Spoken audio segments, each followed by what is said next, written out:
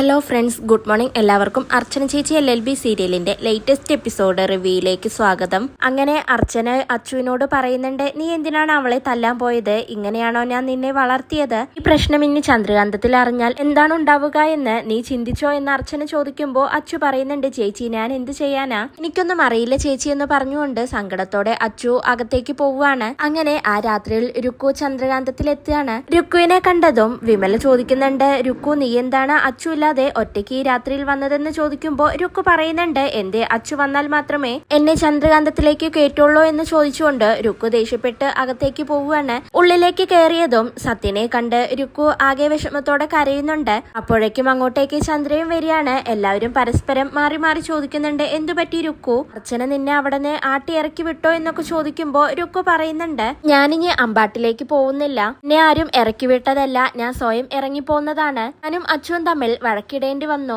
ഭർത്താവിന്റെ തല്ലുകൊണ്ട് ഞാൻ ഇനിയും എന്തിനാണ് അവിടെ ജീവിക്കുന്നതെന്ന് പറഞ്ഞ് രുക്കു കരയാണ്. സത്യനും ചന്ദ്രയൊക്കെ അപ്പൊ ചോദിക്കുന്നുണ്ട്, അച്ചു നിന്നെ തല്ലിയോ, അത്രയ്ക്ക് മാത്രം അവൻ വളർന്നോ? അർച്ചന അവനെ കൊണ്ട് തല്ലാൻ പറഞ്ഞതായിരിക്കും, തല്ലാനും കൊല്ലാനൊക്കെ അർച്ചന പറഞ്ഞാൽ പിന്നെ അവര് കേൾക്കാതിരിക്കില്ലല്ലോ എന്നൊക്കെ ചന്ദ്ര പറയുമ്പോ സത്യം പറയുന്നുണ്ട്, എന്റെ പെങ്ങളെ തല്ലിയവന്റെ കൈ ഞാൻ തല്ലിയൊടിക്കും എന്ന് പറഞ്ഞുകൊണ്ട് സത്യൻ അമ്പാട്ടിലേക്ക് അച്ചുവിനെ കാണാനായി പോവാൻ നിൽക്കുകയാണ്. അപ്പോഴേക്കും വിമലയും ചന്ദ്രയും എല്ലാവരും സത്യനെ അവിടെ തന്നെ പിടിച്ചു നിർത്തുന്നുണ്ട്. സത്യ, നീ ഇപ്പോൾ എങ്ങോട്ടേക്കും പോവണ്ട, നീ ഇപ്പോൾ തനിച്ചങ്ങോട്ടേക്ക് പോകുന്നത് ശരിയല്ല, തിരിച്ചടിക്കാൻ നമുക്കും ചാൻസ് കിട്ടും, അതുവരെ നീയൊന്ന് ക്ഷമിക്കേ. അമ്പാട്ടുകാരോട് ഇതിന് പ്രതികാരം ചെയ്തില്ലെങ്കിൽ പിന്നെ നമ്മൾ എന്തിനാണ് ജീവിച്ചിരിക്കുന്നത്, ഇതിനെന്തായാലും നമുക്ക് തിരിച്ചടി കൊടുക്കാം. അച്ഛൻ ഇവരുടെ ബന്ധത്തിൽ പ്രശ്നങ്ങൾ ഉണ്ടാക്കുമെന്ന് ഞാൻ പ്രതീക്ഷിച്ചതാണ്, ബന്ധം ഇങ്ങനെ അവസാനിക്കുള്ളൂ എന്ന് ഞാൻ മുന്നേ പറഞ്ഞതല്ലേ, ഇപ്പൊ എങ്ങനെ ഇരിക്കുന്നു എന്നെല്ലാം ചന്ദ്ര പറയുമ്പോ രുക്കു കരഞ്ഞുകൊണ്ട് അകത്തേക്ക് പോവുകയാണ്. വീണ്ടും ചന്ദ്ര പറയുന്നുണ്ട്, എന്തായാലും രുക്കു അവിടെ നിന്ന് ഇറങ്ങിപ്പോകുന്നത് നന്നായി, വിജയേട്ടൻ എന്തായാലും ബാംഗ്ലൂരിൽ നിന്നൊന്ന് വന്നോട്ടെ, എന്നിട്ട് വേണം അമ്പാട്ട് വീട്ടുകാരെ ഒരു പാഠം പഠിപ്പിക്കാൻ.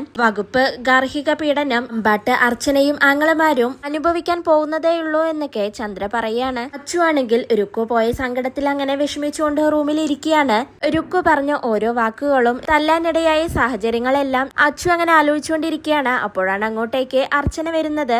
എന്താടാ അച്ചു ഇതുവരെ കിടന്നല്ലേ എന്ന് ചോദിക്കുമ്പോ അച്ചു പറയുന്നുണ്ട്, ഇല്ല ചേച്ചി, കിടന്നിട്ട് ഉറക്കം വരുന്നില്ല, ഞാൻ എങ്ങനെ ഉറങ്ങും, കണ്ണടയ്ക്കുമ്പോഴെല്ലാം എനിക്ക് രുക്കുവിന്റെ മുഖമാണ് ഓർമ്മ വരുന്നത്, ഞാൻ അടിച്ചത് അവൾക്ക് നല്ലോണം ഫീൽ ചെയ്തിട്ടുണ്ടാവും, നീ ഇപ്പോ അവൾ എന്ത് ചെയ്യുമെന്ന് എനിക്കറിയില്ല, എനിക്ക് ആലോചിച്ചിട്ട് ആകെ പേടിയാവുന്നു ചേച്ചി എന്ന് പറയുമ്പോ അർച്ചന പറയുന്നുണ്ട്, നീ കഴിഞ്ഞ കാര്യങ്ങൾ ആലോചിച്ച് വിഷമിച്ചിട്ട് കാര്യമൊന്നുമില്ലല്ലോ, നീ അവളുടെ മുഖത്തടിച്ച അടി തിരിച്ചെടുക്കാനും കഴിയില്ല, നിങ്ങളോടെല്ലാവരോടും പണ്ടേ ഞാൻ പറയുന്നതാണ്, വീണ്ടും വിചാരമില്ലാതെ പ്രവർത്തിക്കരുതെന്ന്. സ്ത്രീകളെ തല്ലുന്നത് പുരുഷന്മാർ ഒരു അഭിമാനമായിട്ടാണ് കരുതുന്നത്, പക്ഷെ ഒരാണിന്റെ മോശമായിട്ടുള്ള മാനസികാവസ്ഥയാണത്.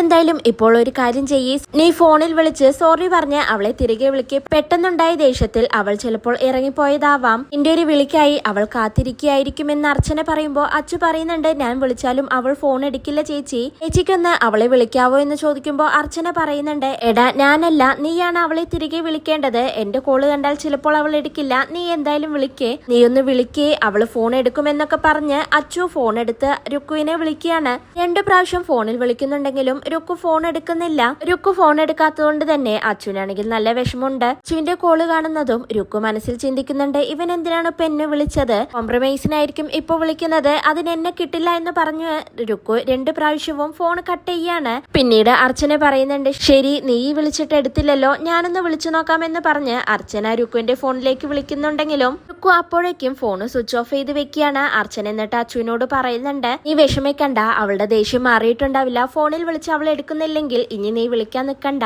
നമുക്ക് നേരിട്ട് ചെന്ന് രുക്കുവിനെ വിളിച്ചുകൊണ്ട് വരാം, നാളെ തന്നെ നമുക്ക് ചന്ദ്രകാന്തത്തിലേക്ക് പോവാമെന്ന് അർച്ചന പറയുമ്പോ അച്ചു ചോദിക്കുന്നുണ്ട്, ചേച്ചി ചന്ദ്രകാന്തത്തിലേക്ക് വരുവോ, എനിക്കിത് വിശ്വസിക്കാൻ കഴിയുന്നില്ല എന്ന് പറയുമ്പോ അർച്ചന പറയുന്നുണ്ട്, നീ ഇത് വിശ്വസിക്കേ, ഞാൻ നിന്റെ കൂടെ വരാം, നിനക്ക് വേണ്ടിയല്ലേ ഞാൻ അങ്ങോട്ടേക്ക് വരുന്നത്, നീ സമാധാനമായി ഉറങ്ങ്, നാളെ നമുക്ക് രാവിലെ തന്നെ പോവാമെന്ന് പറഞ്ഞ് അർച്ചന ഗുഡ് നൈറ്റും പറഞ്ഞ് അച്ചുവിന്റെ റൂമിൽ നിന്നും പോവുകയാണ്. തന്റെ കൂടെ ചേച്ചി കൂടി വരാമെന്ന് പറഞ്ഞപ്പോൾ അച്ചുവിനാണെങ്കിൽ ആകെ സന്തോഷാവുന്നുണ്ട്. പിറ്റേ ദിവസം രാവിലെ തന്നെ അച്ചുവും അർച്ചനയും കൂടി ചന്ദ്രകാന്തത്തിലെത്തുകയാണ്. അച്ചുവിനെയും അർച്ചനയെയും കാണുന്നതും വിമല ചോദിക്കുന്നുണ്ട്, ആ നിങ്ങളാണോ, അച്ചു വരുമെന്ന് ഞാൻ പ്രതീക്ഷിച്ചു, അർച്ചന ചേച്ചി വരുമെന്ന് ഞാൻ ഒട്ടും പ്രതീക്ഷിച്ചില്ല, ശരി വായോ ചേച്ചി അകത്തേക്ക് എന്ന് പറഞ്ഞ് വിമല 2 പേരെയും അകത്തേക്ക് കൊണ്ടുപോകുന്നുണ്ട്. ചേച്ചി ഞാൻ ചായ എടുക്കാമെന്ന് വിമല പറയുന്നുണ്ട്. അർച്ചന ഇപ്പൊ പറയാണ്, ഒന്നും വേണ്ട, ഞങ്ങള് രുക്കുവിനെ വിളിച്ചുകൊണ്ടു പോകാനായി വന്നതാണെന്ന് പറയാണ്. അപ്പോഴേക്കും അങ്ങോട്ടേക്ക് ചന്ദ്ര എത്തുകയാണ്. ചന്ദ്ര എന്നിട്ട് അർച്ചനയെ കണ്ട് ചോദിക്കുന്നുണ്ട്, ആഹാ ഇതാരാ, തീരെ പ്രതീക്ഷിക്കാത്ത ആളാണ് തന്നെയാണല്ലോ ചന്ദ്രകാന്തത്തിലേക്ക് എത്തിയിരിക്കുന്നത്. എന്നെ ഞാൻ ഇന്നിവിടെ പ്രതീക്ഷിച്ചതാണ്, പക്ഷെ അർച്ചനയെ ഞാൻ പ്രതീക്ഷിച്ചില്ല. ഒക്കെ പോട്ടെ, നിങ്ങളിപ്പോൾ ഇങ്ങോട്ടേക്ക് വന്നത് എന്തിനാ എന്ന് ചന്ദ്ര ചോദിക്കുമ്പോ അർച്ചന പറയുന്നുണ്ട്, ഇന്നലെ ഇവനും രുക്കും തമ്മിൽ ചെറിയൊരു സൗന്ദര്യ പിണക്കുണ്ടായി. രാത്രിയിൽ ഒറ്റയ്ക്ക് ഇറങ്ങി പോവരുതെന്ന് ഞങ്ങൾ എല്ലാവരും അവളോട് പറഞ്ഞതാണ്, പക്ഷെ അവൾ കേട്ടില്ല. അവളുടെ പിണക്കം മാറിയെങ്കിൽ അവളെ തിരിച്ചു വിളിച്ചുകൊണ്ട് പോവാനാണ് ഞങ്ങൾ വന്നതെന്ന് അർച്ചന പറയാണ്. ചന്ദ്ര അപ്പൊ ചോദിക്കുന്നുണ്ട്, ഇത് അച്ചുവിന്റെ തീരുമാനമല്ലല്ലോ, അർച്ചനയുടെ തീരുമാനമല്ലേ, ഇവൻ എന്താ സ്വന്തമായിട്ട് തീരുമാനങ്ങളൊന്നും ഇല്ലേ എന്ന് ചോദിക്കുകയാണ്. ചുവപ്പ് ദേഷ്യപ്പെട്ടുകൊണ്ട് പറയുന്നുണ്ട്, എന്റെ തീരുമാനമാണ് ചേച്ചി പറഞ്ഞത്. രുക്കുവിനെ ഇങ്ങോട്ട് വിളിക്കുകയെന്ന് പറയുമ്പോ ചന്ദ്ര ചോദിക്കുന്നുണ്ട്, ഇപ്പോൾ എന്തിനാണ് അവളെ ഇങ്ങോട്ടേക്ക് വിളിക്കുന്നത്, ഇവിടെ വെച്ച് തല്ലാനാണോ എന്ന് ചോദിക്കുമ്പോ അച്ചുവിന് ദേഷ്യം വരികയാണ്. ചിലപ്പോ പറയുന്നുണ്ട്, ചന്ദ്ര നീ രുക്കുവിനെ വിളിക്ക്, ഞങ്ങൾ അവളോട് സംസാരിച്ചോളാം എന്ന് പറയുമ്പോ ചന്ദ്ര പറയുന്നുണ്ട്, ഇപ്പൊ എന്തിനാണ് അവളെ വിളിക്കുന്നത്, വിളിക്കാൻ എനിക്ക് സൗകര്യമില്ല, നിങ്ങളോട് അവൾക്ക് ഒന്നും സംസാരിക്കാനില്ല എന്ന് പറയുമ്പോ ചന്ദ്രയോട് അച്ചു ചൂടാവുന്നുണ്ട്. അതെ, എന്റെ ഭാര്യയോട് ഞാൻ സംസാരിക്കും, പറ്റില്ല എന്ന് പറയാൻ നിങ്ങൾക്ക് എന്താണ് അവകാശം എന്ന് ചോദിക്കുമ്പോ ചന്ദ്ര പറയുന്നുണ്ട്, നിർത്തടാ, മതി നീ സംസാരിച്ചത്. അമ്പാട്ടിലെ ഭീഷണിയൊന്നും ചന്ദ്രകാന്തത്തിൽ വേണ്ട. ഈ ചതിയിൽപ്പെടുത്തി രുക്കുവിനെ കല്യാണം കഴിച്ചു, ഇവൾ അവളെ അപമാനിച്ചു, ഇപ്പൊ നീ ഇതാ അവളെ തല്ലി, ഇനിയും ഞങ്ങൾ എല്ലാം ക്ഷമിക്കണോ? സത്യൻ ഇവിടെ ഇല്ലാത്തത് ഇപ്പോൾ നിന്റെ ഭാഗ്യം, അല്ലെങ്കിൽ നീ ഇപ്പൊ വന്നതുപോലെ തിരിച്ചു പോവില്ലായിരുന്നു എന്ന് പറയാണ്. അർച്ചന അപ്പൊ പറയുന്നുണ്ട്, അടിപിടിക്കാണെങ്കിൽ ഞങ്ങൾ തനിച്ചു വരില്ലായിരുന്നുവല്ലോ, എന്റെ അനിയന്റെ ഭാഗത്തു നിന്ന് ഒരു തെറ്റ് സംഭവിച്ചു, തെറ്റുതിരുത്തി രുക്കുവിനെ മാന്യമായി അമ്പാട്ടിലേക്ക് വിളിച്ചുകൊണ്ടുപോകാനാണ് ഞങ്ങൾ വന്നത്. അതിനിടയിൽ കല്യാണം നടന്ന കാര്യങ്ങളൊന്നും നീ പറയണ്ട, നിങ്ങൾ ചെയ്ത കള്ളക്കഥകളൊക്കെ എന്താണെന്ന് അമ്പാട്ടിൽ നീ വന്നപ്പോൾ ബോധ്യപ്പെട്ടതല്ലേ, വീണ്ടും അതൊന്നും എന്നെ കൊണ്ട് പറയിപ്പിക്കരുതെന്ന് അർച്ചന പറയുമ്പോ ചന്ദ്ര നാണം കെട്ട് മിണ്ടാതെ നിൽക്കുകയാണ്. വീണ്ടും അർച്ചന പറയുന്നുണ്ട്, രുക്കു നടത്തിയ ഡ്രാമയിൽ പെട്ടിട്ടും ഇവൻ അവളെ ഉപേക്ഷിച്ചില്ല, ഞങ്ങളും ഉപേക്ഷിച്ചില്ല, ഇരു കൈ നീട്ടിയാണ് അവളെ ഞങ്ങൾ സ്വീകരിച്ചത്, ഇതിപ്പോ അവൾ തനിയെ ഇറങ്ങി പോകുന്നതാണ്, എന്നിട്ടും ഞാൻ അവളെ വിളിക്കാനായി വന്നത് ഇവനെ ഓർത്തു മാത്രമാണ് എന്ന് അർച്ചന പറയുമ്പോ ചന്ദ്ര പറയുന്നുണ്ട്, നീ വിളിച്ചതുകൊണ്ട് അവൾ വരണമെന്നില്ലല്ലോ, ഞങ്ങളോട്ട് അവളെ ഇനി അങ്ങോട്ടേക്ക് വിടാനും ഉദ്ദേശിക്കുന്നില്ല, രുക്കുവിനോടൊപ്പം ഇവൻ ജീവിക്കണമെന്ന് ആഗ്രഹിക്കുന്നുണ്ടെങ്കിൽ ഇവനെ ഇവിടെ വന്ന് താമസിക്കാമെന്ന് ചന്ദ്ര പറയുമ്പോ അച്ചു പറയുന്നുണ്ട്, രുക്കുവിനോടൊപ്പം ഞാൻ ഇവിടെ വന്ന് താമസിക്കാനോ, അതിന് അമ്പാട്ട് വീട്ടിലെ നായെ പോലും കിട്ടില്ല എന്ന് അച്ചു പറയുമ്പോ ചന്ദ്ര പറയുന്നുണ്ട്, എന്നാ പിന്നെ രുക്കുവിനെ നീ മറന്നേക്ക് എന്ന് അച്ചു അപ്പൊ പറയുന്നുണ്ട്. രുക്കു എന്റെ ഭാര്യയാണെങ്കിൽ ഞാൻ വിളിച്ചാൽ അവൾ വരും, വരില്ല എന്നാണെങ്കിൽ അവൾ പറയട്ടെ എന്ന് അച്ചു പറയുമ്പോഴേക്കും അങ്ങോട്ടേക്ക് ഇതെല്ലാം കേട്ട് രുക്കു വരുന്നുണ്ട്. രുക്കു എന്നിട്ട് പറയുന്നുണ്ട്, ഞാൻ തന്നെ പറയണമെങ്കിൽ ഞാൻ തന്നെ പറയാം, ഇനി അങ്ങോട്ടേക്ക് വരില്ല, എനിക്ക് അങ്ങോട്ടേക്ക് വരാൻ താല്പര്യമില്ല എന്ന് രുക്കു പറയുമ്പോ അച്ചു ചോദിക്കുന്നുണ്ട്, അതെന്താണെന്ന് നിനക്ക് താല്പര്യമില്ലാത്തതെന്ന് അർച്ചന അപ്പൊ പറയുന്നുണ്ട്. രുക്കു, ഇനി ഇവന്റെ ഭാഗത്ത് നിന്ന് അങ്ങനെയുള്ള പ്രശ്നങ്ങളൊന്നും ഉണ്ടാവില്ല, നീ ഞങ്ങളുടെ കൂടെ തിരിച്ചു വരണമെന്ന് അർച്ചന പറയാണ്. രുക്കു ഇതെല്ലാം കേട്ടുകൊണ്ട് പറയുന്നുണ്ട്, ചന്ദ്ര ചേച്ചി പറഞ്ഞതിനപ്പുറം എനിക്കൊന്നും പറയാനില്ല, അച്ചുവിനെ എന്റെ കൂടെ ജീവിച്ചേ പറ്റുള്ളൂ എന്നാണെങ്കിൽ ഇവിടെ വന്ന് താമസിച്ചോ, എന്നാലും ഞാൻ അമ്പാട്ടിലേക്ക് വരില്ല എന്ന് പറയുമ്പോ ചന്ദ്ര അച്ചുവിനോട് അർച്ചനയോട് ചോദിക്കുന്നുണ്ട്, ഇവൾ പറഞ്ഞത് നിങ്ങൾ കേട്ടല്ലോ, ചേച്ചി അനേനെ വിളിച്ചുകൊണ്ട് വന്ന വഴി തന്നെ തിരിച്ചു പോയിക്കോ എന്ന് പറയാണ്. അച്ചു ആണെങ്കിൽ ആകെ വിഷമത്തോടെ അർച്ചനയോട് പറയുന്നുണ്ട്, ചേച്ചി വാ പോവാം, ഇനി ഇവിടെ നിൽക്കണ്ട എന്ന് പറഞ്ഞുകൊണ്ട് രണ്ടുപേരും പോവാനായി നിൽക്കുമ്പോ ചന്ദ്ര അർച്ചനയെ വിളിക്കുന്നുണ്ട്. എന്നിട്ട് പറയുന്നുണ്ട്, അർച്ചനെ ഇപ്പൊ ഈ നാടകം കളിക്കാൻ നീ എന്തിനാണ് ഇങ്ങോട്ടേക്ക് വന്നതെന്ന് എനിക്കറിയാം, കേസ് എന്താണെന്ന് വക്കീലായ നിന്നോട് ഞാൻ പറയണ്ടല്ലോ, ഗാർഹിക പീഡനം, വിജയേട്ടൻ എന്തായാലും ബാംഗ്ലൂരിൽ നിന്ന് തിരിച്ചു വരുമ്പോൾ എല്ലാവരും കുറച്ചു ദിവസം ജയിലിൽ കിടക്കാൻ തയ്യാറായിക്കോ എന്ന് ചന്ദ്ര പറയുമ്പോ അർച്ചന തിരിച്ചു പറയുന്നുണ്ട്, നിന്റെ വിജയേട്ടന്റെ നിയമങ്ങൾ കണ്ട് ഞാൻ പേടിച്ച് ജീവിച്ച ഒരു കാലമുണ്ടായിരുന്നു, പുതിയ നിയമം വല്ലതും കയ്യിലുണ്ടെങ്കിൽ അമ്പാട്ടേക്ക് വന്നേര് കാണാമെന്ന് അർച്ചന പറയുമ്പോ ചന്ദ്ര പറയുന്നുണ്ട്, കാണേണ്ടി വരും അർച്ചന എന്ന് പറയുമ്പോ അർച്ചന പറയുന്നുണ്ട്, ആ കാണേണ്ടി വരും, ഇനി ഇവിടെ വെച്ചിട്ടല്ല അമ്പാട്ടിൽ വെച്ച്, രുക്കു ഇനി നിന്നെ വിളിച്ചുകൊണ്ടു പോകാനായി അമ്പാട്ട് വീട്ടിൽ നിന്ന് ആരും ഇങ്ങോട്ടേക്ക് വരില്ല, നീ ഇവന്റെ കൂടെ ജീവിക്കണമെങ്കിൽ നിനക്ക് അമ്പാട്ടിലേക്ക് വരേണ്ടി വരും എന്നും പറഞ്ഞുകൊണ്ട് അർച്ചന അച്ചുവിനെയും വിളിച്ചുകൊണ്ട് അവിടെ നിന്നും പോവുകയാണ്. രുക്കു ആണെങ്കിൽ അവര് പോയതും അകത്തേക്ക് കയറി പോകുന്നുണ്ട്. വിമലയാണെങ്കിൽ അച്ചും അർച്ചനയും പോകുന്നത് സങ്കടപ്പെട്ടുകൊണ്ട് അങ്ങനെ നോക്കി നിൽക്കുകയാണ്. അതിനുശേഷം ചിന്നു വിജയ് ശങ്കറിന്റെ ഫോണിലേക്ക് വിളിക്കുന്നുണ്ട്. വിജയ് ശങ്കർ ഡ്രൈവ് ചെയ്തുകൊണ്ടിരിക്കുകയാണ്, ബാംഗ്ലൂരിൽ നിന്ന് തിരിച്ച് വീട്ടിലേക്ക് പോയിക്കൊണ്ടിരിക്കുകയാണ്. അപ്പോഴാണ് ചിന്നു വിളിക്കുന്നത്.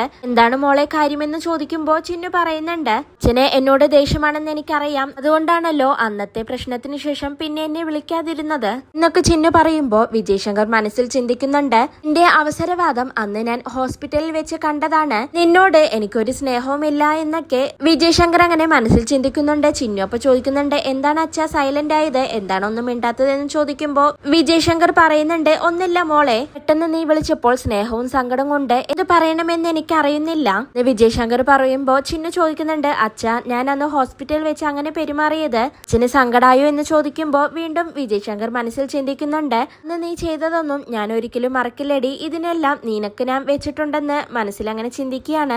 അതിനുശേഷം ചിന്നു വിജയ് ശങ്കറിനോട് പറയുന്നുണ്ട്, അച്ഛ ഞാനിപ്പോ അച്ഛനെ വിളിച്ചത് വേറൊരു അത്യാവശ്യ കാര്യത്തിനാണ് എന്ന് പറയുമ്പോ വിജയ് ശങ്കർ ചോദിക്കുന്നുണ്ട്, പറ മോളെ എന്താണ് കാര്യം, നീ എന്താവശ്യപ്പെട്ടാലും അച്ഛൻ അത് സാധിച്ചു തരുമെന്ന് പറയുമ്പോ ചിന്നു ചോദിക്കുന്നുണ്ട്, പ്രോമിസ് ആണോ അച്ഛ എന്ന്. വിജയ് ശങ്കർ അപ്പൊ പറയുന്നുണ്ട്, അതെ പ്രോമിസ് ആണ് മോളെ, നീ എന്താണെങ്കിലും ചോദിക്കെന്ന് പറയാണ്. ഇവിടെ ഒരു പ്രശ്നമുണ്ടായി. രുക്കു ആന്റി കുഞ്ഞമ്മാവനുമായി വഴക്കിട്ട് ഇവിടെ നിന്നും ഇറങ്ങിപ്പോയി. അമ്മയും കുഞ്ഞമ്മാവനും നേരിട്ട് അവിടെ പോയി ചെന്ന് വിളിച്ചിട്ടും ആന്റി വന്നില്ല. കുഞ്ഞമ്മാവൻ വളരെ വിഷമത്തിലാണ്, ഞങ്ങൾ എല്ലാവരും സങ്കടപ്പെട്ടിരിക്കുകയാണ്. അച്ഛനൊന്ന് പറഞ്ഞ് രുക്കു ആന്റിയെ കോംപ്രമൈസ് ചെയ്ത് ഒന്നിങ്ങോട്ടേക്ക് പറഞ്ഞയക്കോ, അച്ഛൻ എനിക്ക് പ്രോമിസ് തന്നതാണ്, രുക്കു ആന്റിയെ ഇങ്ങോട്ട് പറഞ്ഞയക്കോ അച്ഛ എന്ന് ചോദിക്കുമ്പോ മനസ്സിൽ വിജയ് ശങ്കർ ചിന്തിക്കുന്നുണ്ട്, ഇതായിരുന്നോ കാര്യം, പ്രോമിസ് പറഞ്ഞിട്ട് ഇനി അത് സാധിച്ചു കൊടുത്തില്ലെങ്കിൽ ഇവളെന്നെ വിശ്വസിക്കില്ല, അവളുടെ വിശ്വാസം പിടിച്ചു പറ്റാൻ ഇതാണ് പറ്റിയ അവസരം എന്ന് വിജയ് ശങ്കർ മനസ്സിൽ ചിന്തിക്കുമ്പോ ചിന്നു പറയുന്നുണ്ട്, പ്ലീസ് അച്ഛ ഒന്ന് ഹെൽപ്പ് ചെയ്യാവോ എന്ന് ചോദിക്കുമ്പോ വിജയ് ശങ്കർ ഒന്നും മിണ്ടാതെ അങ്ങനെ നിൽക്കുകയാണ്. ഇതോടെയാണ് ഇന്നത്തെ എപ്പിസോഡ് അവസാനിക്കുന്നത്.